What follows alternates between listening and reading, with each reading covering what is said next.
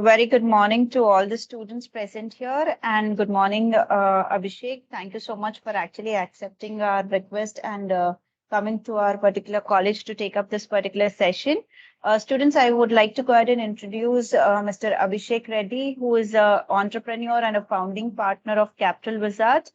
He has established Capital Wizards in 2017 and it's still working till present, and he is an operations consultant in Frankel Templeton Investments 2017 till present. And he's a mentor and visiting faculty IIT Bombay and Kanpur for entrepreneurs. And he's also a speaker at Indian Economic Forum 2021. Abhishek, we are really very happy to have you on this platform. And we are very proud to say that you, being the alumni of our particular department, taking up this particular session, this would be a really motivating factor for our students as well to know how their alumni have actually achieved at such great heights. Thank you so much for accepting our request, Abhishek. The session is yours. You can go ahead and interact with the students.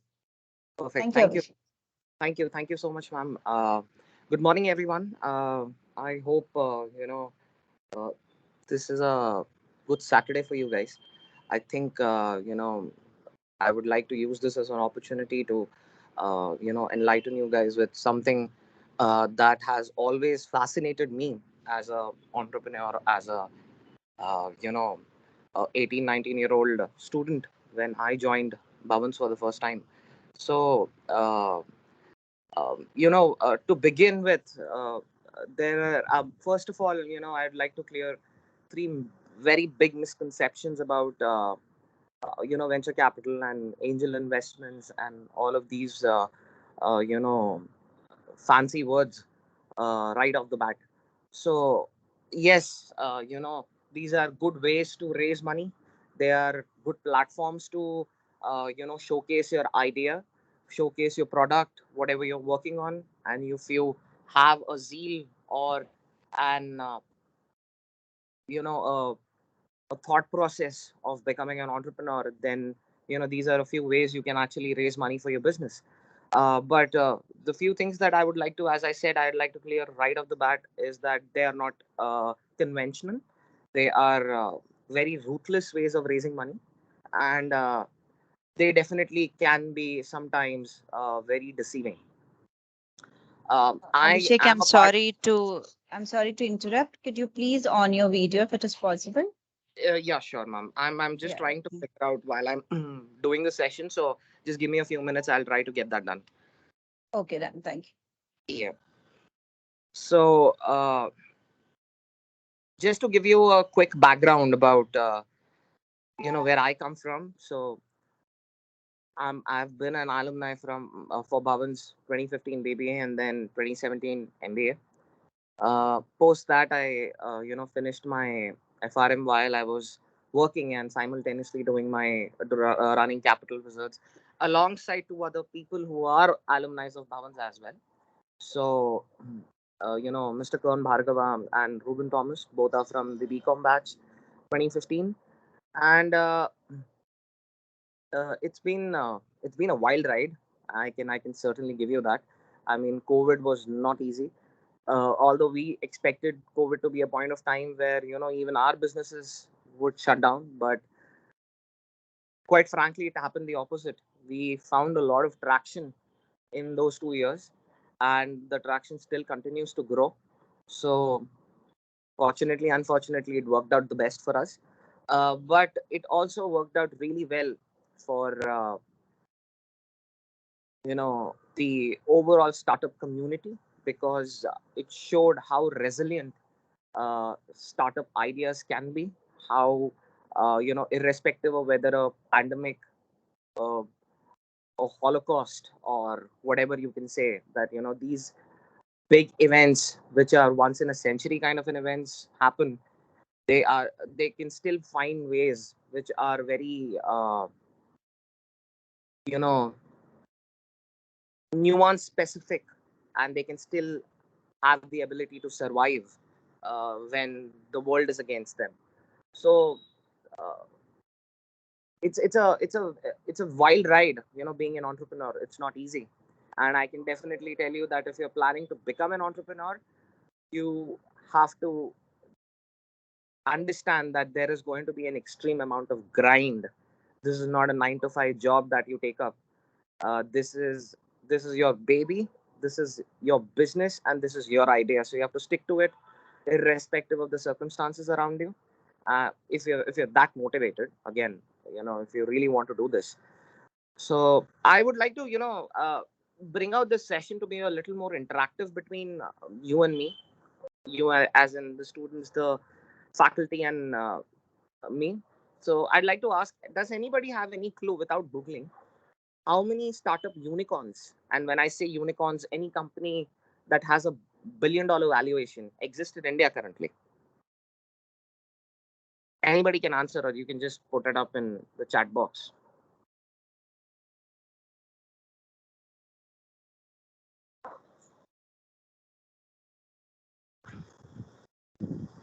Anybody?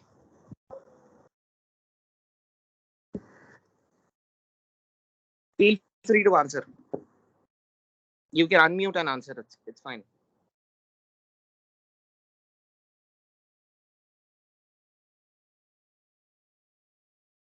All right. So I'll tell you. At the moment, there are about 106 unicorn startups in India. That means there are about 106 startups that have reached a billion-dollar valuation mark, and surprisingly, 60% of them come from Bangalore, which is, uh, you know, a pretty significant ratio compared to other states in in India. So this is where venture capital, angel investments, and all of this come into picture, because it's all of these firms, or all of these PE VC firms, whenever are whenever I speak about them, because I work with almost 130 of them, so I know how daunting it can be to go and pitch in front of them.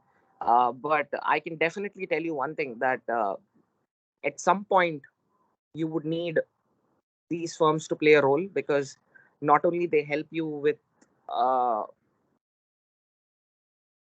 access to money, but they give you a lot of access to contacts, a lot of access to different opportunities, and a lot of ways to meet people who are quite influential in their own ways. Like, somebody could be a very big industry leader, somebody could be a person with a lot of network. These networks can help you grow your business at times, help you understand what are the dynamics of the economics today, within the country, outside the country, depending on what kind of product you're making or what kind of service you're selling. So they definitely do come in handy when it comes to all of these. It's not about money, only money, when it comes to venture capital, or angel investments, or PE. Now, there is a lot of stark difference between a VC firm, a PE firm, and an angel investor. So, angel, in I'll just start from the very beginning, the base step. You know, investor could be a friend, whom you go to and say, you know what, man, I have this idea, and I think I'd like to work on this. I need some help from you. So you could say, all right. Your friend could say, okay, you know what, it looks interesting. What do you need from me?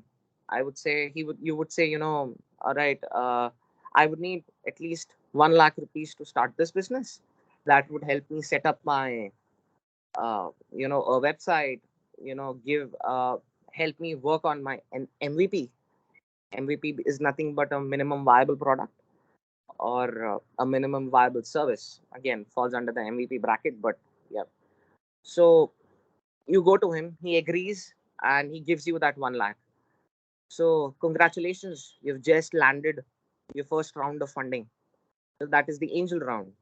The angel round basically starts from the very beginning of your business, where your idea is just on a paper, right? And you're just trying to make some sense out of it, that whether you want to see whether this does this work. Are there any other products like this just to test the water, right? So this is what a angel round is all about.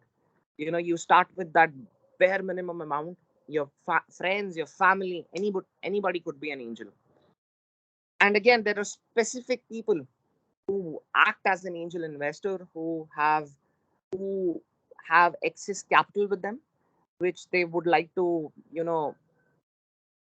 park in a idea stage, where they would say, all right, you know what, this guy seems interesting, you look very interesting, your idea looks very interesting, so I will give you this amount, x and y amount, and you can start your business or start working on your idea.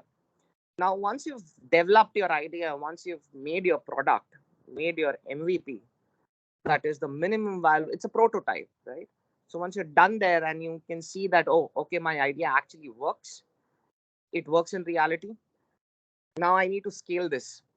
This is where venture capitalists come in. Although angels can pour in money if they are rich, if they have more money to give. Now, what happens in exchange of this money? What are you giving them? So you're going to give them a part of your company.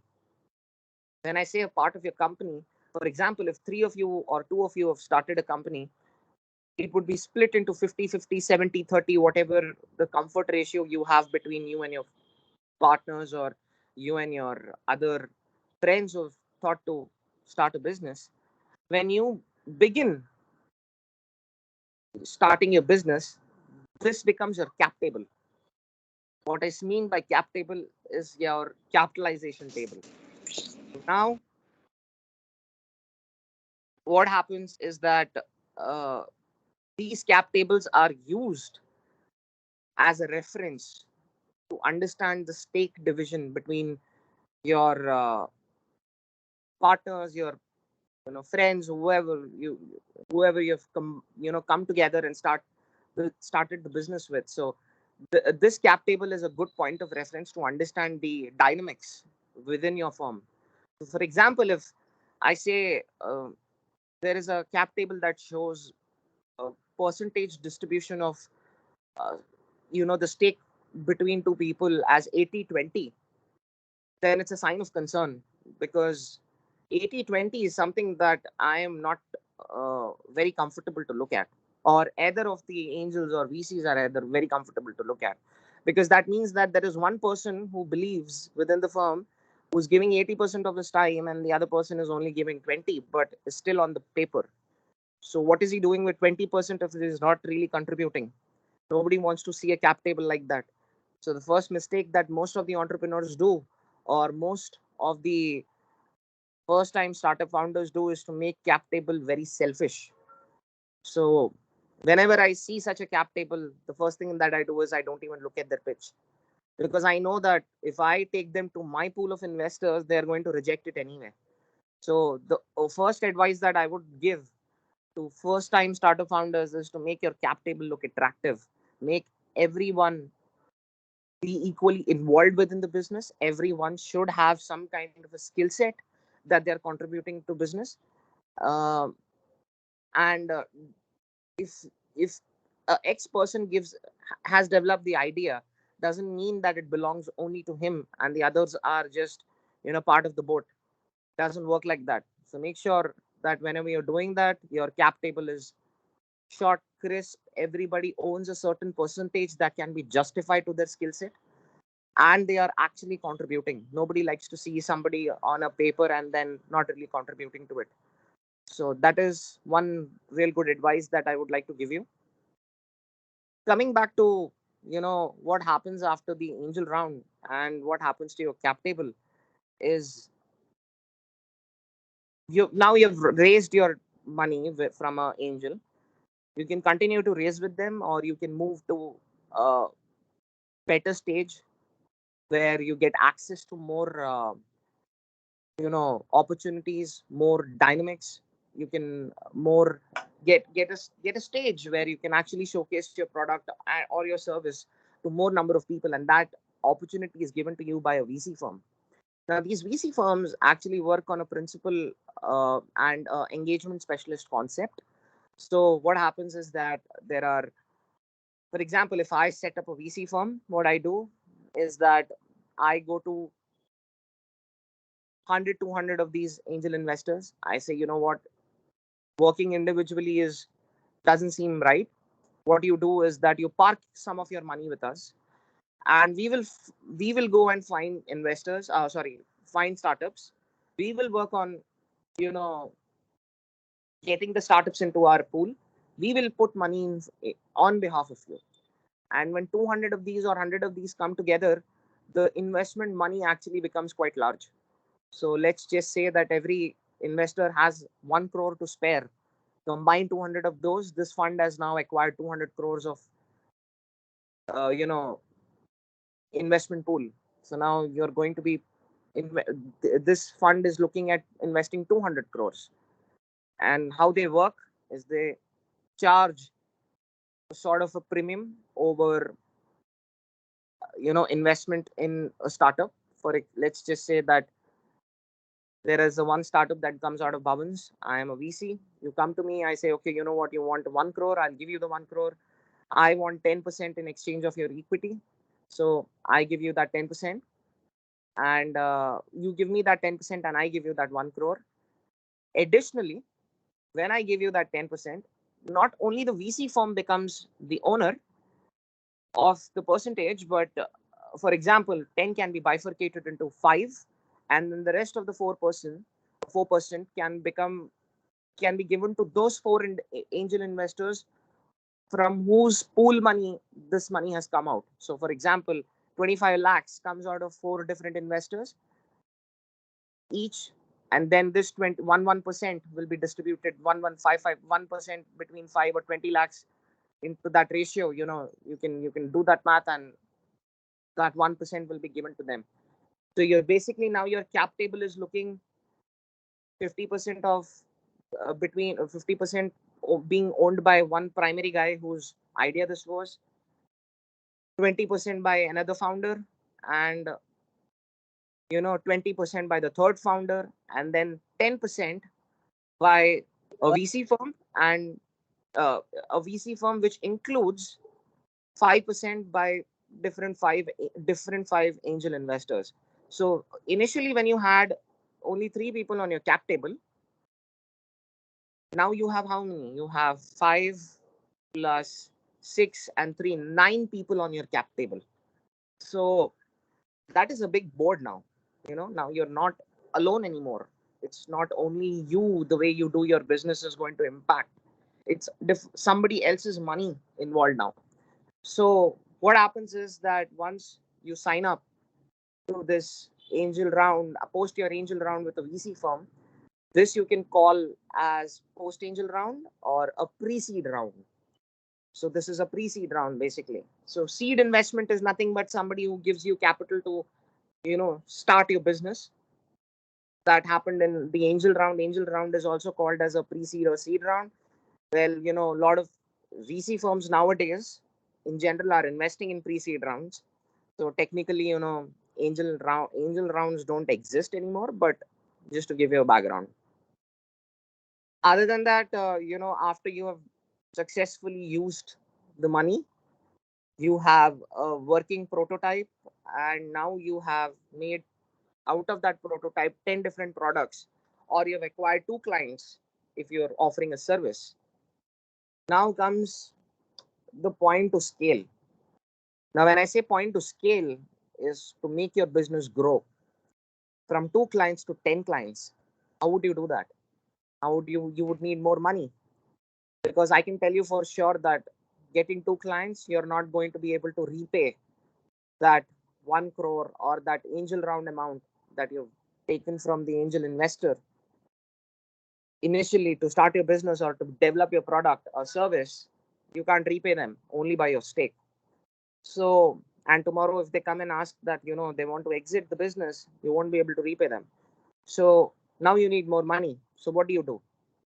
You say that, all right, you know what, this is I just hit the pre-seed round. Let me go for a seed round. So now in this seed round, what you do is that you raise more money. You can raise more money by existing investors. If your business is actually doing well, your two clients are happy with you, your product has gained some, has come out of the bucket of anonymity in the market and has some presence over social media or over LinkedIn or wherever it is. At least 1,000 people in your nearby area know about your product. That happens, then you're lucky to go into the seed round. In this seed round, the amounts can become bigger. Sometimes, you know, you, most usual case, a seed round can start from 50 lakhs and can go up to 5 crores, 5 cr in India. Outside of India, this amount actually is significantly higher because of the kind of infrastructure, connectivity, and network they have. So it can start from $100,000 and can go up to even 5 million, 6 million. I've seen certain rounds go up to 20 million also in seed. That depends on what kind of an idea you're working and how capital intensive it is. So, for example, if you're going to start a rocket company, you're not going to sustain with 50 lakhs or 1 crore, right? You would need good amount of money coming in. So that's why, a lot of a lot of depends on the idea that you're working on, how capital intensive it is, and how good your team is to be able to execute. So after your seed is done, let's just say you raise money again from one of these venture capital firms. So just to name a few, I don't know if you guys read Startup News, Inc. 42, Your Story, or even read any kind of blogs, watch YouTube videos. But there are a number of startup venture capital firms. To name a few, Tiger Global is one of the best investors in the round, in usually in series post series A. I'll come to what series A is. So post series A, they are one of the most influential investors, venture capital investors. Uh, Again, after Tiger Global, there are multiple other VC firms uh, that are doing really well in India. For example, Fireside Ventures is one of really good venture capital firms right now that you can work with. 50K Ventures is from Hyderabad. They're doing really well. Then you have a lot of venture capital firms from big firms.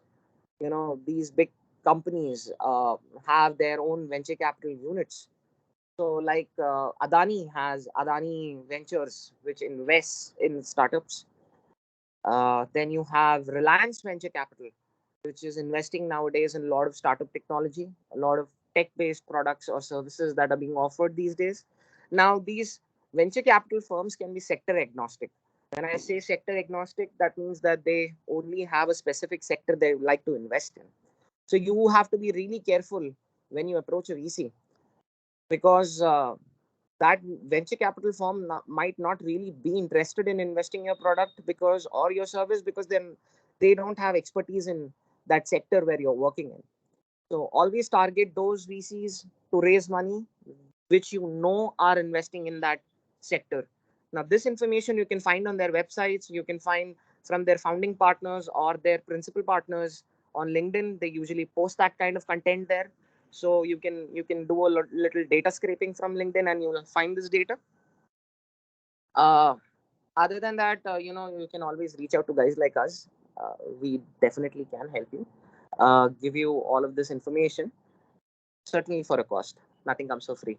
So, but again, on a that was on a lighter side. Please don't take it personally. I will not do anything for free, but I will give you a lot of good advice that I can tell you. So, but coming back to the topic of raising money through these series rounds. Now, what are these series rounds? You might have heard in the news or read some article somewhere that this particular firm raised $100 million in Series E or Series B or Series C. You know what? These are all just letters to depict number of times that this this particular startup has raised money after their seed round, after their angel rounds are over, or they're done with raising that. They're done raising that and have crossed that 5 crore mark. So what usually happens is that venture capital firms in general will be sector agnostic and series agnostic. So they will tell you that we are just a pre-series firm. We only invest in ideas before Series A, and we take an exit after Series A. So that means that for your angel rounds, even you can reach out to these venture capital firms. Now I'm sure that it might be a bit confusing for you guys when I'm replacing these terms constantly, when I'm saying venture capital and then coming back to angel. These are all interchangeable. There can be an angel investor who can come on Series A and give you 100 crores. All right. So that's possible and it has happened. So uh, a very famous example is actually Mr. Rakesh Junjunwala actually investing 100 crores initially back in 2009 in Flipkart. So, and that was when Flipkart had already raised money via Series C. So, yeah, it's possible. I mean,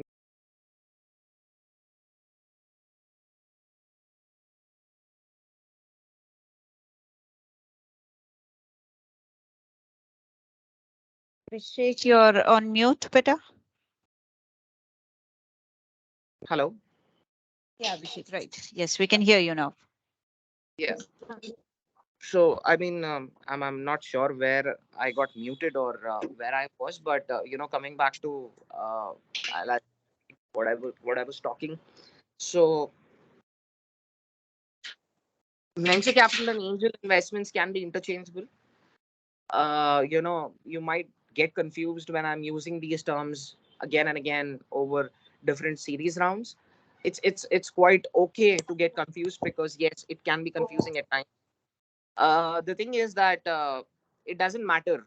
You know, an angel can come and invest 100 crores even in a Series E round or a Series D round. When the company has already raised about 500 crores or 600 crores, it's possible an angel can come and invest at that point of time.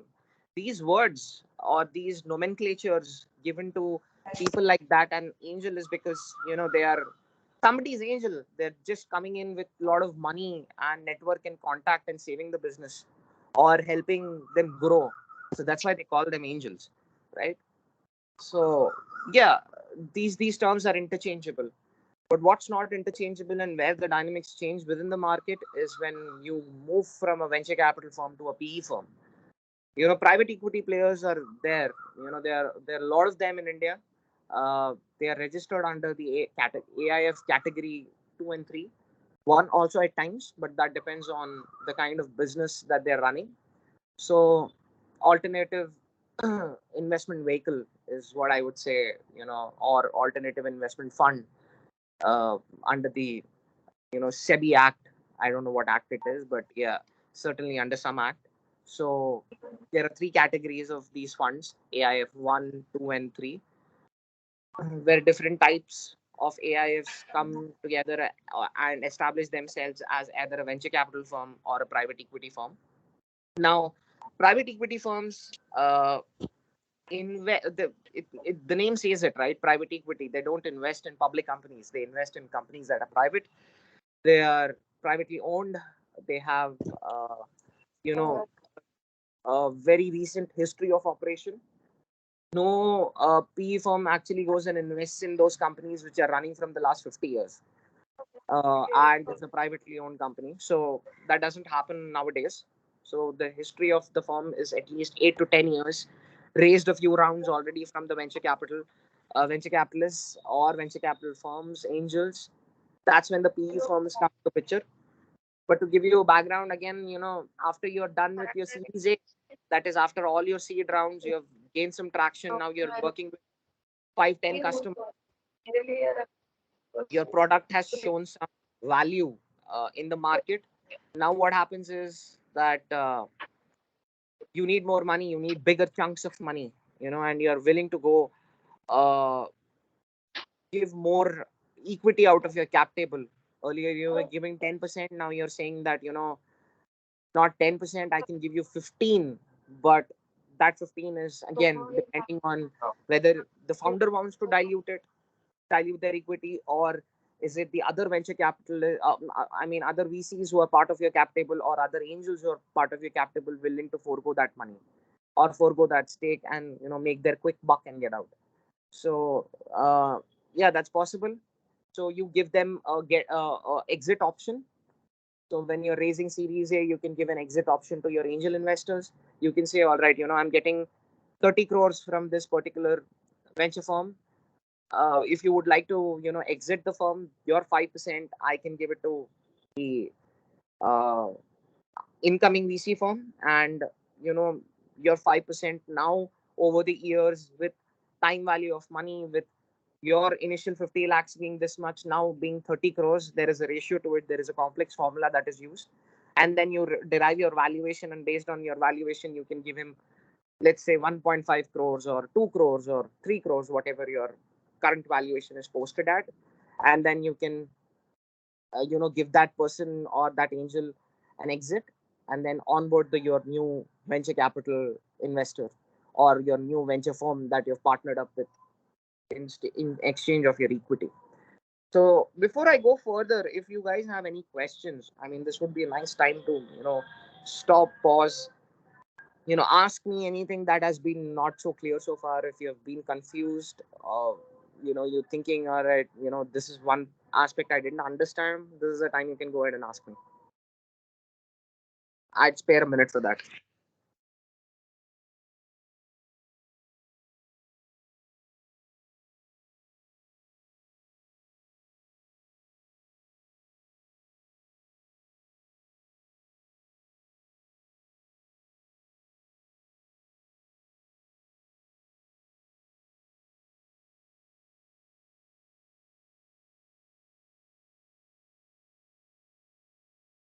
Any questions, guys?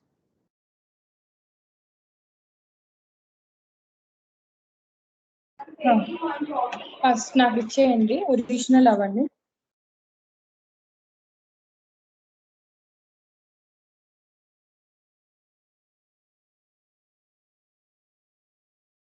No questions. This is scary. No questions. I'm sure that I wasn't very clear from the beginning. There were definitely a few places where, I confused myself. So come on, ask me any questions you want to ask, guys. Because trust me, you need to keep asking questions when you're becoming an entrepreneur. This session is all about that. So yeah, and you're going to be asked 1,000 questions before you take somebody's money from a VC firm or angel firm or a PE firm. So be prepared for that. So if you have any questions, I'll give you another 10 seconds. You can ask me. If not, I'll consider that. What according to you will be the right time for funding? Sorry? What according to you will be the right time for funding All right, a brilliant. Who startup? asked this question? This Tarinis. All right. So, ma'am, it's a very nice question. So, I would tell you there is no right time for funding. All right. So, you can go and seek funding even if your idea is on a napkin, or even if your idea is just in your head. There are firms, venture capital firms, there are incubators, there are accelerator firms that run right now, which can just get you in, give you that money just because they like your idea and they want you to work on it. So that's possible. You can go and seek funding irrespective of where your startup is, whether it is only in the ideation stage or whether you have some traction. Ideally, in the scenario of the Indian ecosystem, I would suggest that when you have traction, that is, you have built your product, you have your service around, you have figured out a good price point for your product, you have done your pricing research, You understand that, at 100 rupees, my product sells well. You have figured it out. You have figured your target market. Who is your, what is your total addressable market? You figured that out. That is when I would say that, you would go and raise money. So I hope I answered your question. So yes, sir. Thank you. Welcome. Any other questions?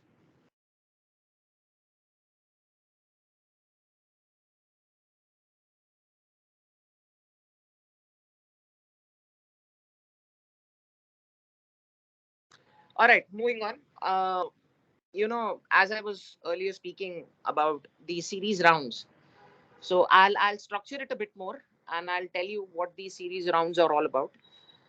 So as I said before, series rounds are nothing but a depiction of number of times that you've raised money. So in general, how our Indian ecosystem works is that there is something called as a seed round that I told you. Seed round is interchangeably called as an angel round. Moving on from an angel round, if your business is working well, you go ahead and you raise your pre-series A, right? Your pre-series A is where you are looking for capital raising between 2 to 2.5 crores to 3 crores max at the max, and your business valuation is under 10 crores. That is, it could be between 7 to 10 crores.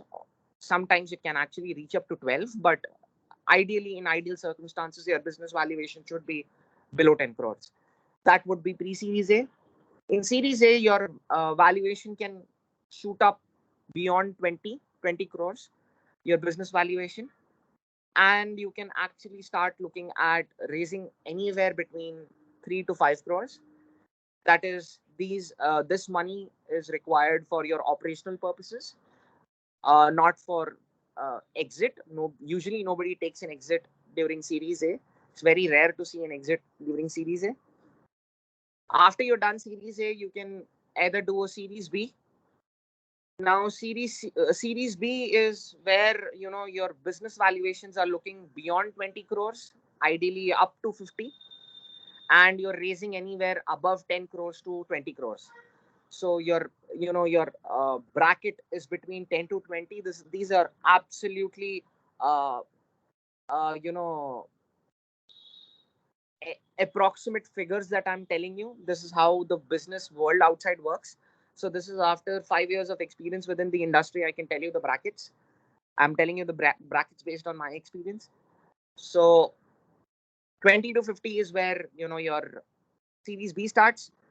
uh, that is the business valuation portion, and you can raise anywhere between 15 to 20. It can exceed sometimes 20, but that is the maximum cap, I would say, in good scenarios. After that, your series C comes in. Series C is where your company is looking good. It has 100 above customers. You're solving the problem on a day-to-day basis. You can see some kind of income on your balance sheet coming in. You can see that asset side building. You have a profit and loss statement. You're seeing some good amount of money hitting your bank accounts, your business current accounts. So this is where you would need more money to scale your business. Again, you can do scaling at any stage. From series C onwards, it becomes actually very crucial for a firm, because now you're visible, you're in the market. There are 1,000 people who know you. You've been talked about. There is significant amount of marketing and advertisement going about your firm outside in the market. So here you would like to raise big chunks, get yourself into that uh, bigger series zone. So series C is where your valuations can touch up to 100 crores. It's possible. I've seen a lot of companies which have touched 100 crore valuation in their series C, sometimes series D, but series C also, most of them series C. Here you can go up beyond 30 crores, 30, 40 crores you can easily raise in series C. That 30, 40 crores is the max cap limit, I would say. for your amount being raised. After Series C, then you can go for a Series D. Now, Series D and onwards is where you're trying to achieve that 200, 300 crore valuation. You're hitting that mark, right? This is uh, these are those marks which are benchmark foundations for your values of your firm. What are you going to do next? What is your business going to do significantly to disrupt a complete industry? This is where that talk starts. And if disruption is happening, they can see that disruption happening. That is when venture capitalists and here PE investors come in. Now, private equity investors are very strategic. So they don't invest in you until unless they know that there is a lot of potential, because private equity players are those guys who are sitting on a corpus of 1,000, 2,000, 3,000 crores, at times even 10,000 crores. So these are small hedge funds. These are small firms which are working out of capital base where their charter says that they can invest in startups. So you have to go and find those charters. These charters are pretty public, so you can go and see, check their website, or go and scrape this data even from MCA, Ministry of Corporate Affairs. You can find this data there. Their AOA or their MOA will have these details. uh, Again, Series D and onwards is where private equity players come in. And here, when I say private equity, now you're in hands of few of the most notorious and few of the most stringent people that are present in the industry, because they are down for the numbers and they only care about numbers. Now they don't care about who's in the founding team. Till Series D, I would say that lot of care is given to who the founder is, who is running the business. Almost 80% of your weightage is given to the founding team, and the rest 20 is on the business idea, because at the end of the day, it's all about execution. If your if your idea is good but you can't execute it, if your founding team can't execute it, then there is no point pouring money into the business. So now here PE firms don't really care about that, because what they're looking is that they're going to set up a board over you. They will say that, you know what, you want 100 crores, we'll give you the 100 crores, but there is going to be one person from our firm who is going to be overlooking your business, overlooking your operations, and they are going to keep a check on how you're spending this money.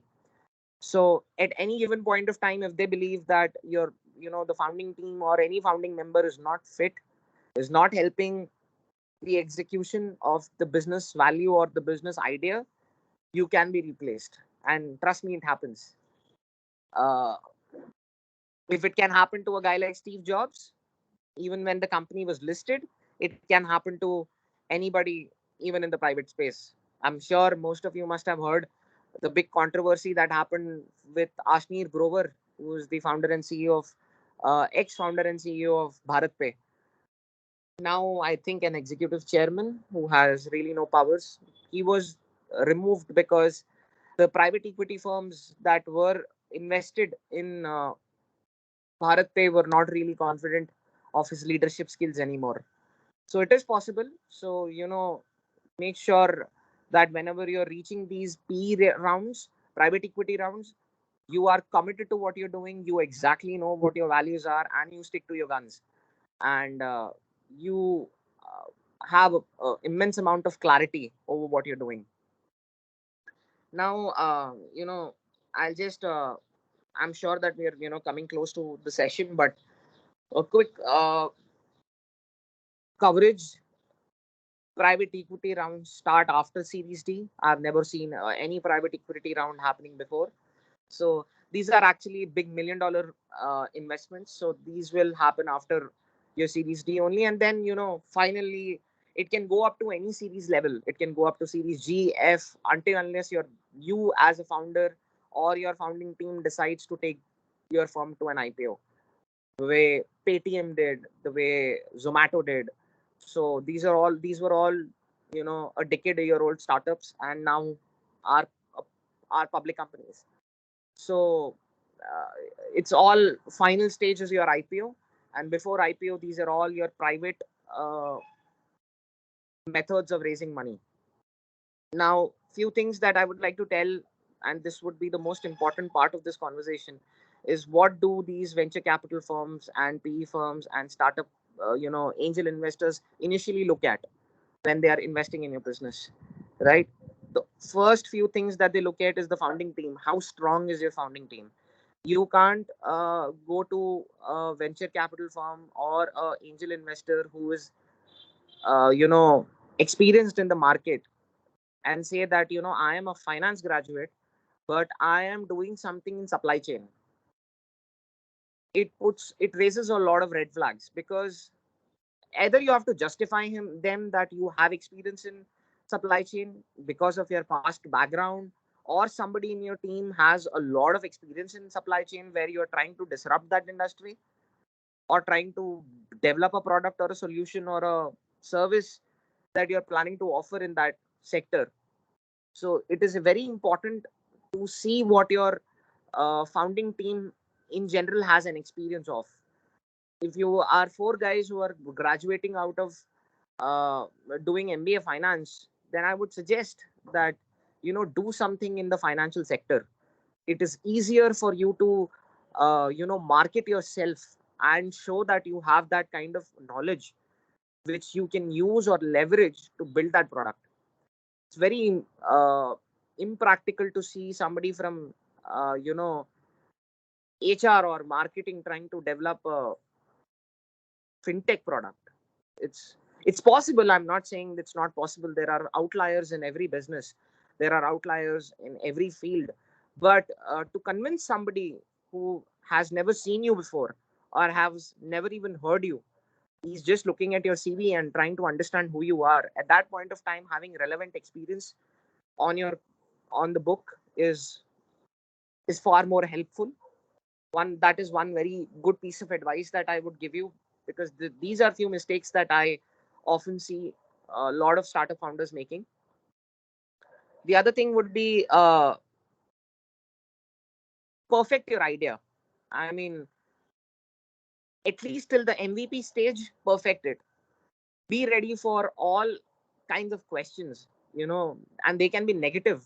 99% of the time, all the questions that are going to come to you when you're standing on that stage and pitching your idea are going to be negative. They are going to see how resilient you are, even if they tell you 100 times that this idea is not going to work. And you have to show them that no, it will work. I have all the faith in this, and we have done this much so far, and we are going to continue to do so. Take their advice very seriously, because they see startups every day, in and out, 365 days of the year.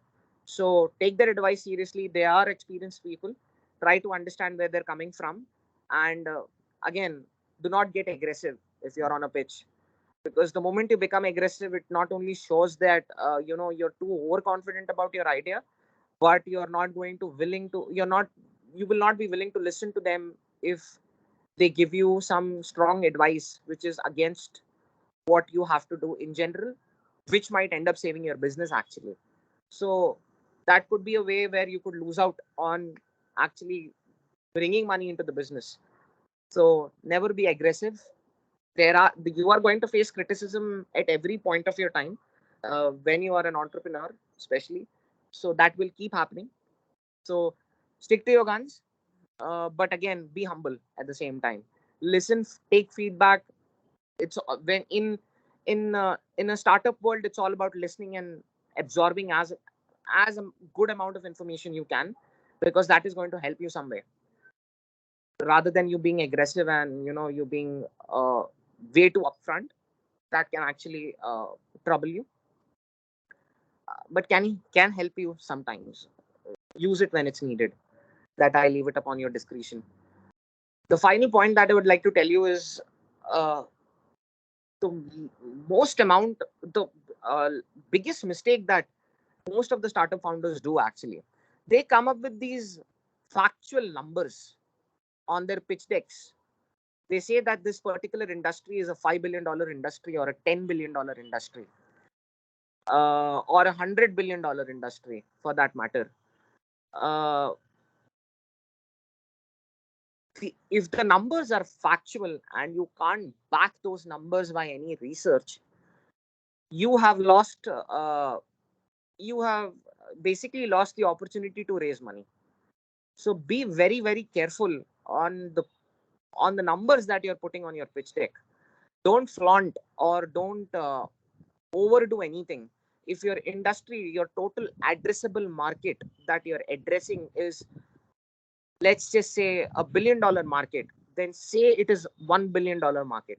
Don't multiply tenfolds and say it's a $10 billion market that I'm trying to address, because they already know what bigger market that is. So don't fool anybody there. You'll get easily caught. So put all numbers on your pitch deck that are factual, that can be backed by a research, backed by your bank accounts, bank statements. If you are going to put that you have actually raised this amount of money earlier, or this is amount, these are the amounts of profits that you've made, whatever it is, loss, whatever you've made. Take those numbers very factual. Do not overstate anything on your pitch decks. This is the biggest advice that I'll give you. If you can follow these 3-4 advices initially in your businesses, I think you're going to be a successful entrepreneur. On a leaving note,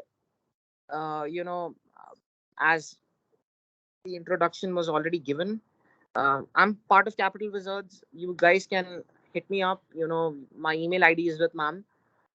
If not, I'll drop my email ID in the chat box. You can reach out to me at any given point of time. I'll drop in my mobile number as well. You can ping me on WhatsApp, but please make sure that whenever you're pinging, you tell me where you're from, because it'll be a little difficult for me to identify and what your purpose of your conversation is.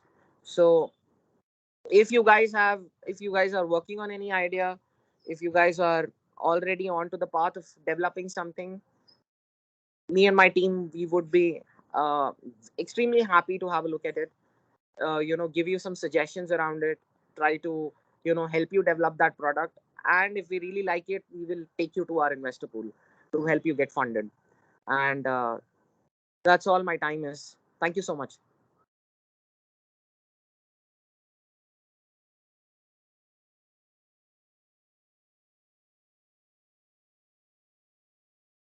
Thank you, Actually, Abhishek. ma'am, over to you. Yes, hi, Abhishek. Yes, thank you so much. Thank you so much, Abhishek. That was such a good presentation on the venture capitalist, especially. So, any students, if you have any questions relating to it, you can just go ahead and ask Abhishek once.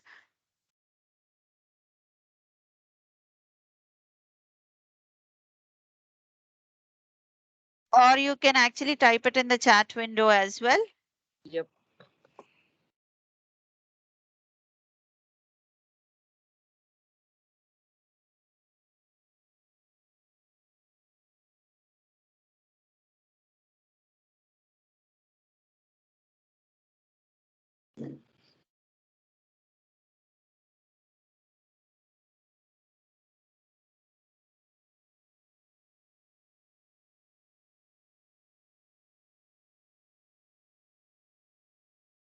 Anyone would like to ask a question?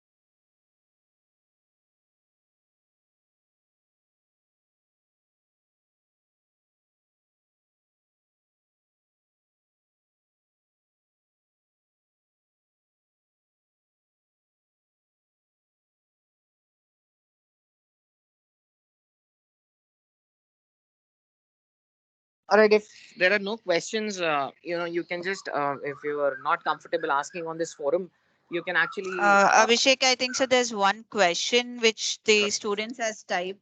What is the appropriate time for funding? I think so. Finding a venture capitalist or an angel investor out of when he has an idea or when the prototype is ready. All right. Good good question. I think it's from Krishna Prasad, right? Yes, So yes. I will answer this question in a two-step format, the way you asked me the question. So uh, see, angel investors are those people who actually want to come into the business, wanting a bigger share of your capital, or your cap table. Initially, for 50 lakhs or 1 crore, they might ask you for 20% equity in your firm. Now, answering your question, these rounds, usually angel rounds, angel is a one person, an individual guy. You can bring them in when your idea is formed, when you know that you have done your research, you know that, okay, this is where I want to proceed, I want to do this. That is when it would be very ideal to bring in the angel investor rather than a venture capitalist, because a venture capitalist would like to see some traction. And these guys usually work on higher ticket sizes. They will invest beyond 50 lakhs to 1 crore. Although there are certain venture capital funds which invest very early stage startups also, where the idea is only formed and you're just in the process of developing a prototype. For example, if there is an EV firm, EV, you want to start an electric vehicle company and you want to develop a prototype, it's a costly affair, right? You really can't do that with 10-15 lakhs or 20 lakhs for that matter. Developing prototype requires a lot of uh, research and a lot of trial and error. So you would need a significant amount of money, uh, above 50-60 lakhs, to develop that prototype in the first place. To see different components, you will have to buy one kind of a component from 100 different vendors to see what works the best for you. So in that case, I would suggest, even before prototype, there can be cases where you would want a venture capitalist to come in. It all depends on your business idea, what you're working on.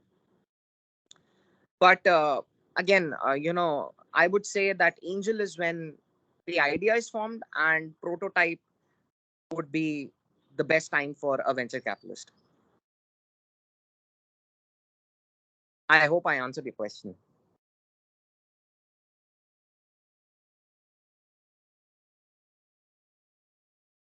All right, Abhishek, thank you so much for answering the question as well. It was really an interesting session. I hope students got benefited out of this particular thing. Abhishek, I just wanted to request you if you can please, on your video, we'll just take a photograph. I Sure. request few students also to on their video for a photograph session.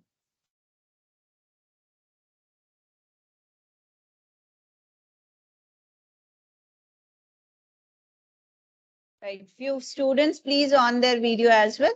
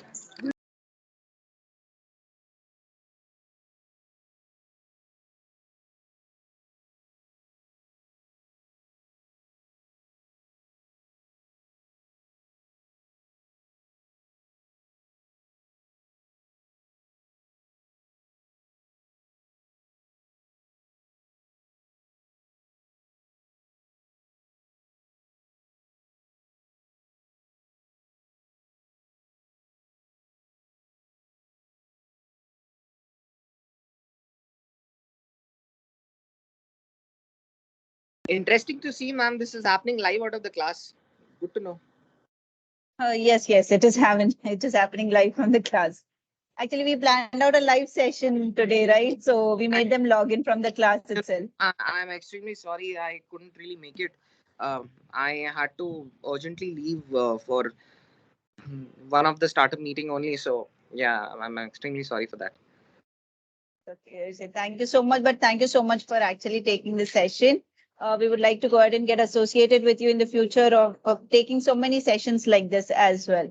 Because Absolutely. students have an apprehension of actually when to actually go to the startup, when to actually approach for funding, because they have an idea, but the only thing is that when to do it, when to approach is what is the biggest thing from where Right. they can get funding also, because this funding is the most important thing, which I feel is the one of the crucial part of any particular business to run. Right. Absolutely. So yeah. Thank you so much. And I will surely give your particular email and contact number to the students who are interested, who would like to go ahead and get in touch with you. They will be surely getting in touch with you. Absolutely would love that opportunity. And you know, guys, an alumni to a student, I was sitting in your shoes earlier. You know, there was a point of time in my life where I was where you guys are sitting right now, probably in one of your classrooms.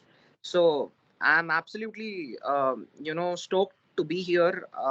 It's a great opportunity. I've done a few sessions before. I don't think you guys were a part of it, but this was pre-COVID times. So all I can tell you is at any given point of time, if you need any assistance around, you know, work on working on your idea about more details on how to get funded, when is the right time, and so, all of these questions, you can reach out to me or either of my partners. You know, you can reach out to Ruben Thomas. You can find this guy on LinkedIn. You can reach out to Mr. Kern Bhargava. He's also he's the managing partner for our firm. So you can reach out to him. You can reach out to me. You can reach out to Ruben, any of these guys, and we can have a good conversation. Thank you so much, Abhishek. Thank you for coming in. Thank you. Thank you, ma'am. Thank you, guys. Thank Have you. a good day. Thank you. Happy weekend. Enjoy. Thank you. Bye. Bye.